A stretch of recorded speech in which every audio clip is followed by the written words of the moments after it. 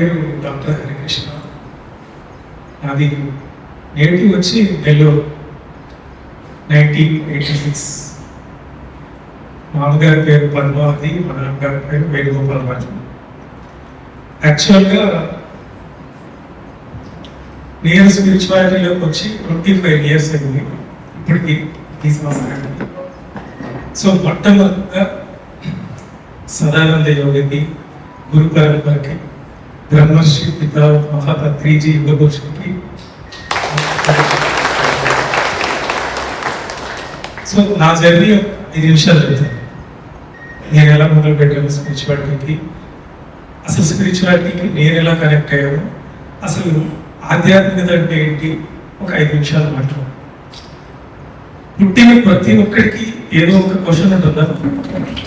మనం చిన్నప్పుడు పుడతాం, ఆడుకుంటుంటాం, తల్లిదండ్రుల దగ్గర ఉంటాం, పెరుగుతూ ఉంటాం. ఇలా నా చిన్నదాన్ని కూడా నార్మల్గానే జరుగుతుంది.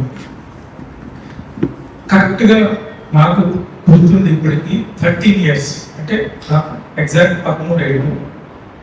నా క్లోజ్ ఫ్రెండ్ ఇద్దరు స్కూల్కి వెళ్ళి వస్తూ ఉండేవాడు. ఒకరోజు ట్రైన్ యాక్సిడెంట్లో చచ్చిపెట్టాం. హెడ్ సపరేట్ అయిపోయింది, బాడీ మాత్రమే ఉండేది. అప్పటి నుంచి నాకు క్వశ్చన్ స్టార్ట్ అయిపోయింది. ఇంత క్లోజ్గా ఉన్నాం కదా మేము, వీడు చచ్చిపోయాడు కదా, వీడు ఎక్కడికి వెళ్ళి ఉంటాడు అనే క్వశ్చన్ మొదలైంది లోపల నుంచి. రోజు వెళ్ళేటప్పుడు వచ్చేటప్పుడు ఎక్కడైనా గమ్ము కూర్చుంటే చాలు, నేనెవరు, నేను చచ్చిపోతే కొత్త, ఒకవేళ చచ్చిపోతే ఈ మెమరీస్ అన్నీ ఉన్నాయి కదా నేను అనుభవించినవన్నీ, అవి నిజంగా చనిపోయినా కూడా ఉంటాయా, ఉండవా, ఉండకపోతే ఇప్పుడే చచ్చిపోతుంటాయి. ఇలాంటి క్వశ్చన్స్ అవన్నీ నా మైండ్ ఆలోచించట్లేదు.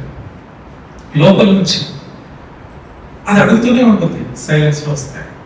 సో ఒకరోజు మిరాకిల్ జరిగింది నా లైఫ్లో, యూటర్న్ అనుకోవచ్చు నా లైఫ్ టైంలో. ఒకరోజు దొంగగా సాయంత్రం ట్యూషన్కి వెళ్ళి వచ్చి కూర్చున్నాను. మా ఇంటి పక్కన ఒక పెద్ద హాస్పిటల్ ఉంది, దాంట్లో అంబులెన్స్లో ముగ్గురు తీసుకొచ్చారు. ఆ ముగ్గురు తీసుకొస్తే స్పాటెడ్, అందరు 30 to 35 years మధ్యలో వాళ్ళే. వాళ్ళ కుటుంబంలో వాళ్ళంతా ఏడుస్తూ ఉన్నారు. డెడ్ బాడీస్ చూస్తే నేను అట్లా పోతా, ఇంకంతే నడుచుకుంటూ పోతున్నా కానీ నేను లేదు.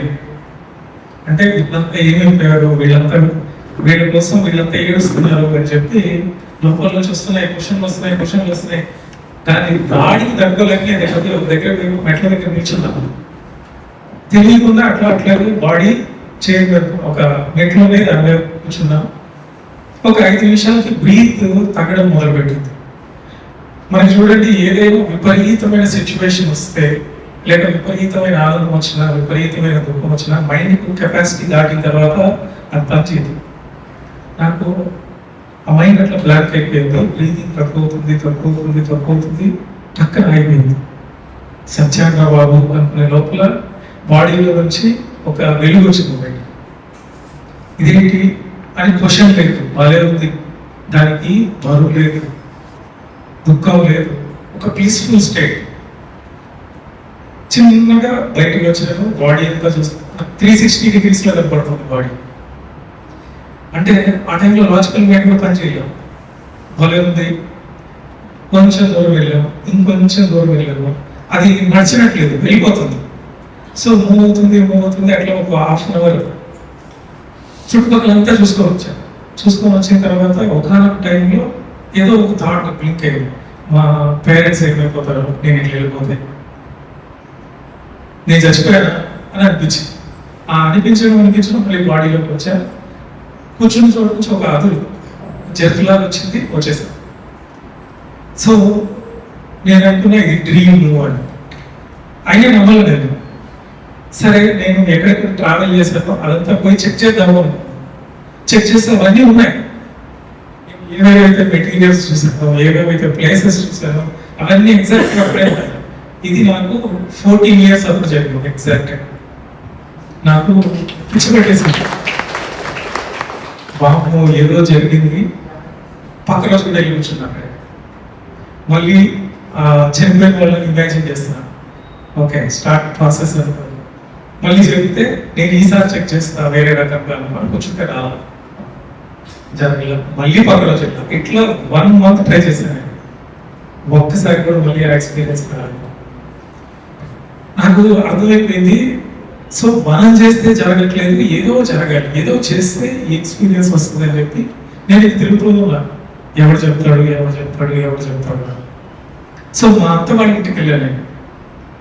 హాలిడేస్ వచ్చాయి, సమ్మర్ హాలిడేస్ వచ్చాయి. వెళ్ళిన తర్వాత అక్కడ ఒక బుక్ లేదు, ఒక యోగానంద పరమహంస బుక్ ఉంది, తీసుకున్నాం. సో నాకు ఈ అప్పటి నుంచి ఈ సాధువులు ఈ సన్యాసులు ఋషులు అంటే అట్రాక్షన్ మొదలైపోయింది. వాళ్ళు ఏదో చెప్తారు, ఆత్మ అంటారు, స్పిరిచువాలిటీ అంటారు, ఆధ్యాత్మికత, ఇవన్నీ వర్డ్స్ నచ్చడం మొదలు పెట్టాయి. అప్పుడు దాకా మన మొక్కలే వాళ్ళు బతకలేక మారిపోతున్నారు అంటారు. సో ఆ బుక్ తీసుకున్నా. తీయడం నాకు లాహిరి మహాశయ అవతార బాబాజీ ఫోటో కనిపించడంతో నేను స్టార్ట్ చేశాను రీడింగ్. సో ఆయన ఒక కొండ మీదకి వెళ్ళడం, ఒక లెటర్ రావడం, ఒక భగవంతుని క్రియేట్ చేయడం, అదే ఈ థాట్తో క్రియేట్ చేసేస్తారా అని క్వశ్చన్ వస్తుంది. అయినా చదువుతున్నా. సో ఎవరైనా ఈ యోగా ఆటోబయోగ్రఫీ యోగి బుక్ ఎంత టైం పడుతుంది మీకు చదవడానికి? 3 hours 4 hours, నేను 1/2 hour లో చదివేశాను.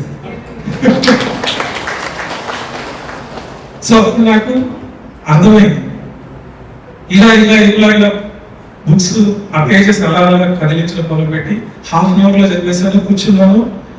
అక్కడ క్రియా యోగం అనే ఒక పదం నచ్చింది నాకు. ఎవరు చెబుతాడు దీన్ని? వైఎస్ఎస్ సొసైటీని ఎట్లా కలపాలి, అసలు ధ్యానం ఎట్లా చేయాలి, ఓకే ఈ యాస్ట్రల్ ఎక్స్పీరియన్స్ అనేది నిజమే, వీళ్ళు కూడా నల్లటి పిచ్చోడు ఉన్నారు, ఓకే అని నాకు అర్థమైపోయింది. 16 years అప్పుడు మళ్ళీ ధ్యానం కూర్చోవడం మొదలుపెట్టాను. సో ఎలా చేయాలో తెలియదు, కానీ కళ్ళు మూసుకొని దమ్మ కూర్చోవాలని అయితే నాకు తెలుసు. మైండ్ దానంతరికి అది డ్రాప్ అయిపోయాను. రొటేషన్స్ మొదలయ్యాయి, తలలో జెట్స్ మొదలయ్యాయి, ఈ థర్డ్ దగ్గర బ్లింకింగ్ స్టార్ట్ అయ్యాయి. నాకు జరిగిన మిరాకిల్ ఏంటంటే, నాకు అప్పుడు గ్యాస్ట్రైటిస్ ఉండేది చిన్నప్పుడే, తర్వాత బ్లీడింగ్ డిజార్డర్ ఉండేది, ఇన్ఫ్లమేటరీ. అంటే నేను ఏం తిన్నా ఒక 2 days ఒకసారి బ్లడ్ మోషన్స్ అవుతుంటాను. ఎప్పుడైతే నేను మెడిటేషన్ మొదలు పెట్టానో విత్ ఇన్ 1 week 5 కనపడడం మానేసాను.